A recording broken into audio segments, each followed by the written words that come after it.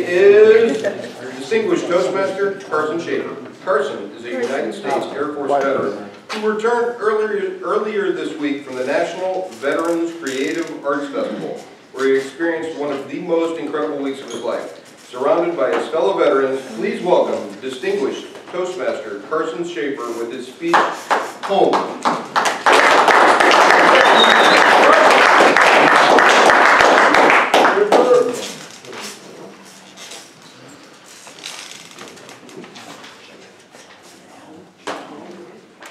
The National Veterans Creative Arts Festival is a yearly patriotic event that features veteran artists, veteran writers, veteran musicians. You know, you see on TV the choirs singing patriotic songs, military choirs, like that event. Of 10,000 entries, they selected 53 people. I was honored to be one of those 53 people. Talk about setting the bar low. If you think the VA is dysfunctional, they gave me this. You know they have systemic problems. I was given a plane ticket and a CD. And this is about it. Go for a week. Well, I figured the VA probably knew what they were doing. It'd be a big adventure, so off I went. I arrived in Des Moines, and I was home. Home is Des Moines? No, it's freezing rain. I don't want home to be Des Moines. One darn sunny day after another, that's home. But with these vets, I was home. We all just got along. Every single one of us. Now, if you take most vets, and you peel them like an onion, the little bit at the center looks like an American flag. It says duty, honor, country honor. Well, standing there on the second day of practice on that stage, I realized that I played something since I was 6 years old, and on my onion, there would also be a little musical note, a quarter note, and it would be painted like the American flag. And I had an epiphany. I looked around, and everybody was just like me. They were lifetime musician veterans. I had never known people like this. I was truly home. There's no color, no national origin, no religion. We were just all American veterans. We could tell jokes and nobody got offended. And Darius, my buddy, great big American Indian, Recondo, Reconnaissance Commando. Wikipedia defines that as one who leads small, heavily armed, long-range reconnaissance teams that patrol deep in enemy-held territory. That's the real deal. If you need something blown up expeditiously, that's your man. We were sitting there having breakfast, and we're talking about how we got there. One guy came on the bus, one guy came on the train. So, Darius, how did you get here? Darius said, he goes, big white bird brought me. And San Jeanette, I was a pusher. I was the pusher, man. An African-American woman, amputee, with the voice of an angel. I called her Michelle Jackson, because, you know, Michael Jackson only had one glove, she only had one shoe. She called me Nubby. Feats Jensen, white guy, combat medic. So tough that he sawed the handles off of his wheelchair. Nobody pushes me. I can do it myself. Said he had a book written about his life. It would have been My 95-Pound Life and Super Unhealthy Coping Mechanisms. But nobody got offended.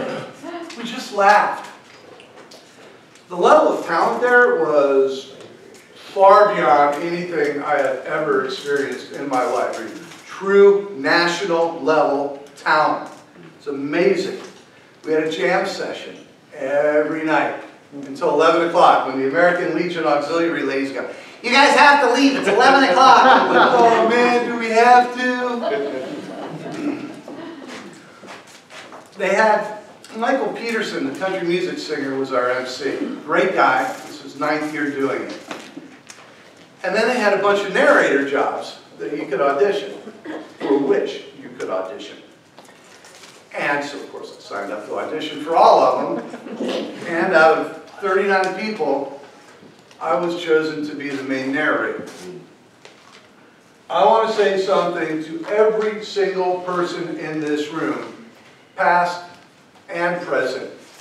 Winter Park Toastmasters, thank you for teaching me how to do that. This is where I learned. Yeah, I wasn't great when I came here. I learned, you guys taught me. These are incredible speakers. And I got the main narrator job. Thank you. The last act before the intermission was called Empty Tables. And it was giving personal effects to grieving parents. And Patrick, who did it, gave his colonel's flag. He was a fellow West Pointer who'd been killed by friendly fire. That was the flag, the flag. Christine was the first female combat medic to receive the Combat Infantryman's badge. She gave her best friend's uniform that had still, you could see bloodstains on it, that had been killed next to her. Everybody cried, every time. And the first time we did it in uniform broke us. Doing it in uniform was bad. The toughest combat vets I know were all sitting there hugging each other, crying while the faces went by in their minds. The VA had counselors for this moment, but we didn't need them. We just needed ourselves.